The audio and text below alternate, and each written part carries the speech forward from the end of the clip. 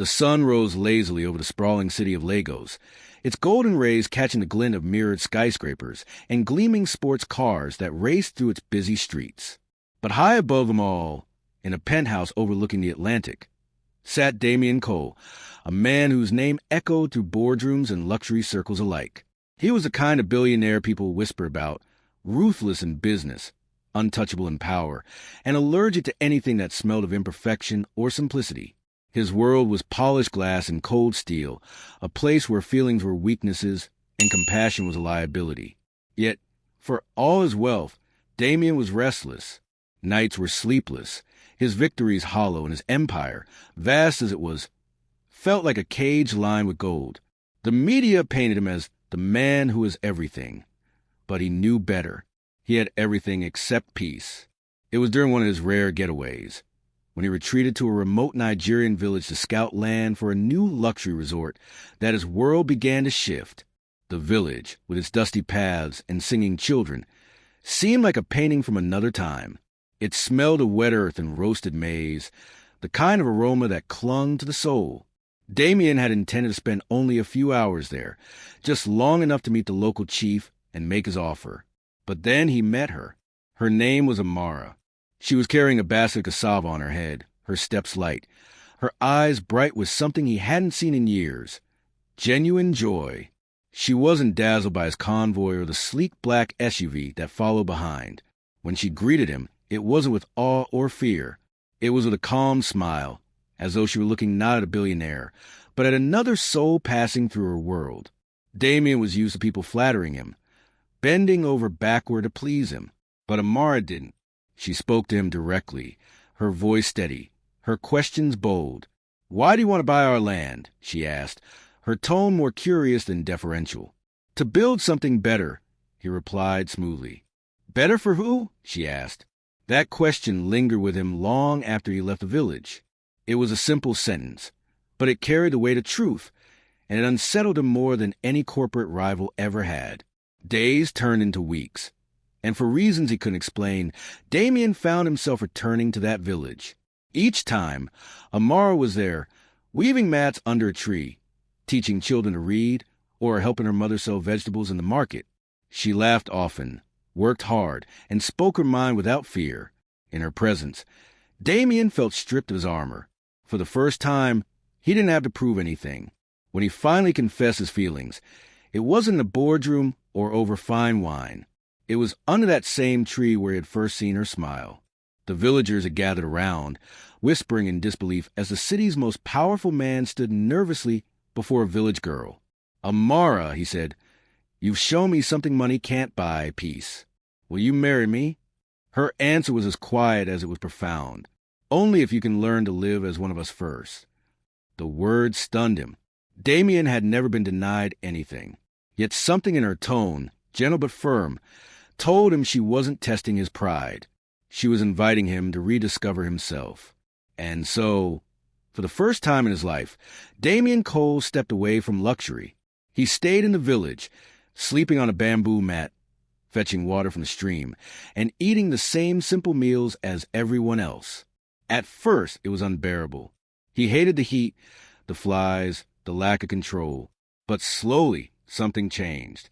The people began to teach him, not through lectures, but through living. He watched how they shared everything, even when they had little. He saw how laughter echoed through their huts at night, how community mattered more than wealth. Amara showed him that success wasn't about how high you built, but how deeply you cared. When they finally married, it wasn't a grand affair with chandeliers and champagne. It was under the open sky, with drums, dancing, and joy that vibrated through the earth. Damian wore a simple ibada, his face free of pride, his heart full of gratitude. News of their union spread like wildfire. The media went into a frenzy. "Billionaire marries village girl." Headlines screamed, accompanied by photos of Amara's radiant smile beside his humbled gaze. Many thought it was a publicity stunt, a passing whim. But those who saw them together knew the truth. Amara didn't just marry a billionaire. She changed him. She made him see how arrogance blinds the soul, how the poor, whom he once dismissed as less fortunate, often possess the richest hearts. She taught him that wealth means nothing if it builds walls instead of bridges. Under her influence, Damien transformed his empire. He redirected his investments into schools, hospitals, and clean water projects. He returned to the same villages he once planned to buy out, but this time to build with them, not over them. The world began to call him the people's billionaire, but Damien only smiled, knowing the truth, that it was Amara's humility, not his money, that had made him truly rich. One evening, as the sun sank beyond the horizon and the orange glow wrapped the village in warmth, Damien sat beside Amara on the same log where they had first spoken years ago. He watched the children playing, their laughter rising into the twilight. "Do you ever miss the city?" he asked quietly. She smiled, her eyes reflecting the fading light. "Sometimes. But this is where life feels real." He took her hand, callous from work, yet softer than anything he had ever touched. "You were right," he whispered. "I had everything, except myself, and you gave that back to me." The wind rustled through the trees, carrying the scent of rain and earth. Somewhere in the distance, drums began to beat softly, not for celebration, but for life itself. Damien closed his eyes, listening, feeling. For the first time in years, the sound didn't feel foreign. It felt like home. But peace, like love, is never without challenge. And what awaited the beyond that calm sunset was a test neither of them could have foreseen, one that would shake the foundation of everything they had built together and reveal just how deeply humility must run when love is placed on trial. The next morning began like any other. The soft hum of roosters, the chatter of women drawing water, and the laughter of children chasing one another through the village paths. Damien had grown to love this rhythm, this gentle music of life, far removed from the chaos of his former world. He was helping an old man repair his fishing net when Amara appeared, her expression tense, holding a letter that looked oddly out of place in her hands. "It's from Lagos," she said softly. The seal was unmistakable, his company's logo gold and bold against white. He opened it slowly, the words hitting him like cold steel. It was from his board directors, the same men who once bowed before him. They were calling for an emergency meeting. Rumors had spread that Damien's rural experiments were costing the company millions. Investors were pulling out, and there was talk of a hostile takeover. He folded the letter quietly, his jaw tightening. The village children continued to laugh nearby, unaware of the storm that had just been unleashed. "You have to go," Amara said, reading his silence. "You can't lose everything you've built." "I already lost what mattered once," he replied, staring toward the horizon. "I won't lose it again." But she shook her head gently. "Sometimes love must trust from afar. Go, Damien. Show them that humility isn't weakness, it's power." Her words anchored him, just as they always had. 2 days later, he was on a plane to Lagos, the city lights once again greeting him like old ghosts. Yet as he walked into his corporate headquarters, the same glass tower that used to feel like his kingdom, he felt like a stranger among his own walls. The boardroom was packed.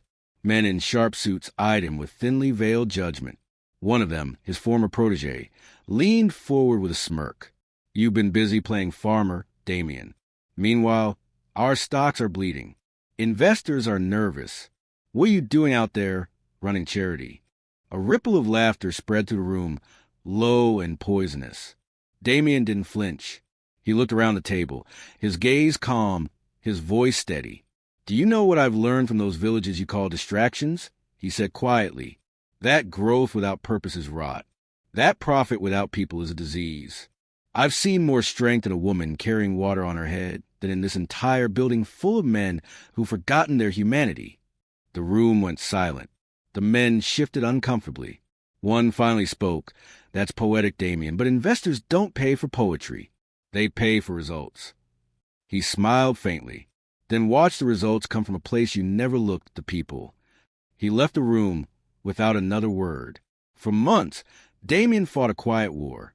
He sold his private jet, liquidated personal assets, and funneled the funds into building a sustainable farming network that connected the villages directly with city markets.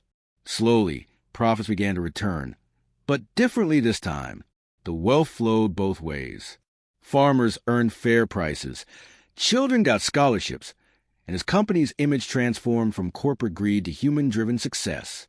Still, his heart ached for Amara. Every night, he called her under the stars. Sometimes she answered from beside the fire, her voice soft over the crackle of wood. Other times, she was out teaching or helping deliver a baby, her words sleepy but full of warmth. "The children ask when you're coming back," she would say, and his chest would tighten with longing. But peace is fragile, and soon another storm arrived. One evening, Damien received a call from the village chief. His voice was trembling. "There's trouble here. A foreign mining company has entered our land. They say they have government approval. They're digging near the river, and the water's turning black." Damien felt the ground drop beneath him. That river was the heart of the village, its lifeblood. Without it, everything would die. He called Amara immediately, but the line barely held. He could hear panic, shouting, then static. "I'm coming," he said into the dead air, his voice breaking. He didn't wait for his team or his advisors. He left that night, driving for hours until the paved roads turned to dust. When he arrived at the village, the air smelled of oil and burning wood. Machines growled near the riverbank. Children stood crying as their parents tried to stop the workers. And there, at the center of it all, stood Amara. Her wrapper was stained with mud, her eyes fierce. She stood in front of a bulldozer, refusing to move. "Stop this madness." Damien shouted, running toward them. The foreman turned, frowning. "We have a permit," he said coldly.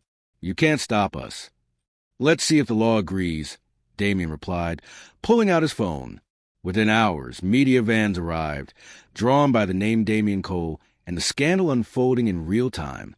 Cameras rolled as he stood beside Amara, hand in hand, facing the corporate greed that mirrored his old self.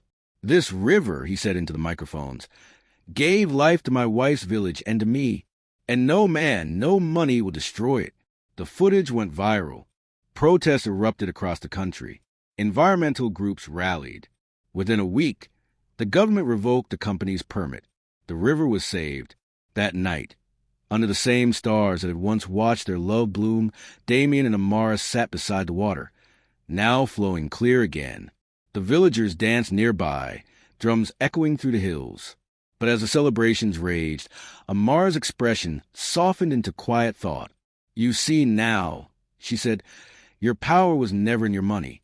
It was in what you choose to stand for." He looked at her, realizing how much she had shaped him. Every time he lost his way, she had been the compass that guided him back. He had come into her world thinking he would teach, but she was a true teacher. The night deepened, and the laughter faded to murmurs. Fireflies flickered along the river's edge, their glow trembling like fragile dreams. Damien reached for her hand, but she was distant, lost in thought. "Amara," he said softly, "what's troubling you?" She hesitated. "I keep thinking of what comes next. You've changed the company. You've changed lives. But not everyone will forgive a man who once took so much. The more you stand for truth, the more enemies you'll make." He smiled faintly, brushing a strand of hair from her face. "Then let them come. I've faced worse myself." But her unease lingered. Days passed, and the village slowly returned to its rhythm. Yet shadows seemed to follow them. Anonymous letters arrived, warning Damien to back down from his reforms. Some nights, they would hear the distant hum of unfamiliar engines, vehicles parked too long on the outskirts, watching. Then one morning, as Amara walked to the schoolhouse, a group of strangers appeared. They weren't from the village. They wore crisp shirts, their faces expressionless. They asked for Damien, said they were from the Energy Consortium. When she told them he was away meeting local leaders, one of them smiled, a cold, calculated smile, and said, "Then tell him we'll see him soon, very soon." As they walked away, dust rising behind their car, Amara felt a chill run through her. Something was changing again, something dangerous. She looked toward the horizon where the city shimmered faintly in the distance, and for the first time in years, fear crept into her heart. That night, Damien returned, tired but triumphant from his meeting. When she told him about the visitors, he grew silent. "They're the ones who lost millions from the mining project," he said quietly. "They won't forgive this easily. Amara took his hand, her eyes steady. Then we stand together, as we always have. He nodded, though in his heart he knew the battle ahead would not be fought in boardrooms or newspapers. It would be fought in the dark, where power whispered and greed never slept. Outside, thunder rumbled in the distance, rolling across the night sky like a warning. Damien looked toward the horizon, where lightning flashed briefly, and for the first time the storm came faster than anyone expected. The night was heavy with rain and thunder, the wind howling like an omen that refused to be ignored. Damien stood by the window, watching the dark outlines of trees bend and sway. Each crack of lightning lit the sky in fierce silver. In those flashes, his reflection stared back at him.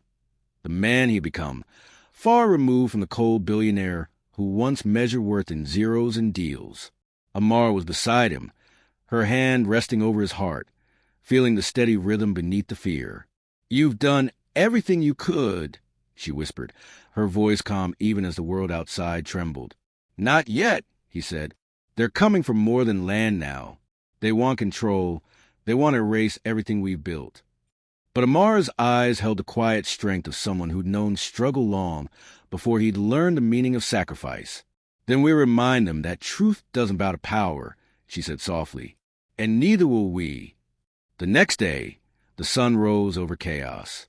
News spread like wildfire, a new scandal, a smear campaign, accusations flooding the media. Damien's name, once praised for his transformation, was suddenly dragged through the mud. Articles claimed corruption, falsified charity funds, hidden profits. The world that had once applauded him now jeered from the shadows. But Damien didn't flinch. He had stood at the top of the world before and found nothing there. He had learned that dignity was not built by applause. It was forged in silence, under fire. He called a press conference, held not in a luxurious hall, but in the same village that had changed his life. Cameras rolled as he stood under the old tree where he'd once proposed to Amara. The villagers gathered behind him, not as props, but as living proof of his truth. "They say I've fallen," he began, his voice echoing across the open field. "Perhaps they're right. I did fall, from greed, from pride, from blindness. But I fell into something greater, into the hands of people who showed me what humanity really means."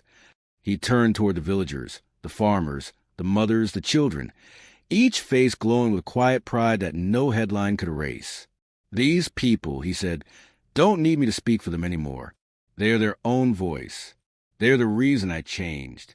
If defending them makes me a criminal in the eyes of the rich, then I accept that title with honor." There was silence, the kind that stretches deep when even the wind dares not move. Then, from the back, a single cheer broke through, spreading like fire through the crowd. The cameras caught everything. The billionaire standing barefoot on village soil, his suit damp with sweat and rain, his face fierce with conviction. It was an image the world would never forget. In the weeks that followed, investigations began. Damien's enemies, cornered by the truth he exposed, were brought down one by one. The corporations that had thrived on exploitation crumbled under the weight of evidence. And for the first time, the system trembled, not from power, but from integrity. But behind the public victory was a private war. Amara's health began to fail. The stress, the sleepless nights, the endless tension had taken a toll she tried to hide. She still smiled each morning, still taught the children, still told Damien, "Everything will be fine." But at night, when the world was quiet, he could hear her breathing falter, soft and uneven. One evening, as the fire crackled beside them, she reached for his hand. "Promise me something," she said. "Anything," he whispered. "When I'm gone." He stopped her, his voice breaking. "Don't say that." She smiled sadly. "Life doesn't end when the body rests, Damien. It ends when purpose fades. You must keep ours alive. Promise me that." He took her hand in both of his, tears slipping silently down his face. "I'll build a world you'd be proud of," he said. She closed her eyes, the faintest smile on her lips. "Then I can rest." The next morning, the village woke to morning songs. The sky itself seemed to grieve, gray, quiet, endless. Damien sat by her grave beneath the same tree where everything had begun. Flowers surrounded her resting place, and the villagers came one by one to lay their offerings. She was gone, but her spirit lingered in every corner of that land, in the laughter of children, in the river's calm flow, in the hope that had once felt impossible. Damien didn't speak for days. He wandered through the fields she had loved, sat by the river she had protected, and listened to the wind move through the trees. For the first time, silence didn't feel empty. It felt sacred. When he finally returned to the city, he was a changed man once again. Not the proud billionaire who conquered worlds, nor the reformed one who sought redemption, but something deeper. A man who understood that love, when pure, doesn't die. It multiplies in those it touches. He founded the Immerse Foundation, a global initiative dedicated to empowering rural women and protecting natural lands from exploitation. Its slogan was simple: strength and humility. Within a few years, the foundation had reached across continents, turning villages into thriving communities and women into leaders. Damien no longer lived in a mansion.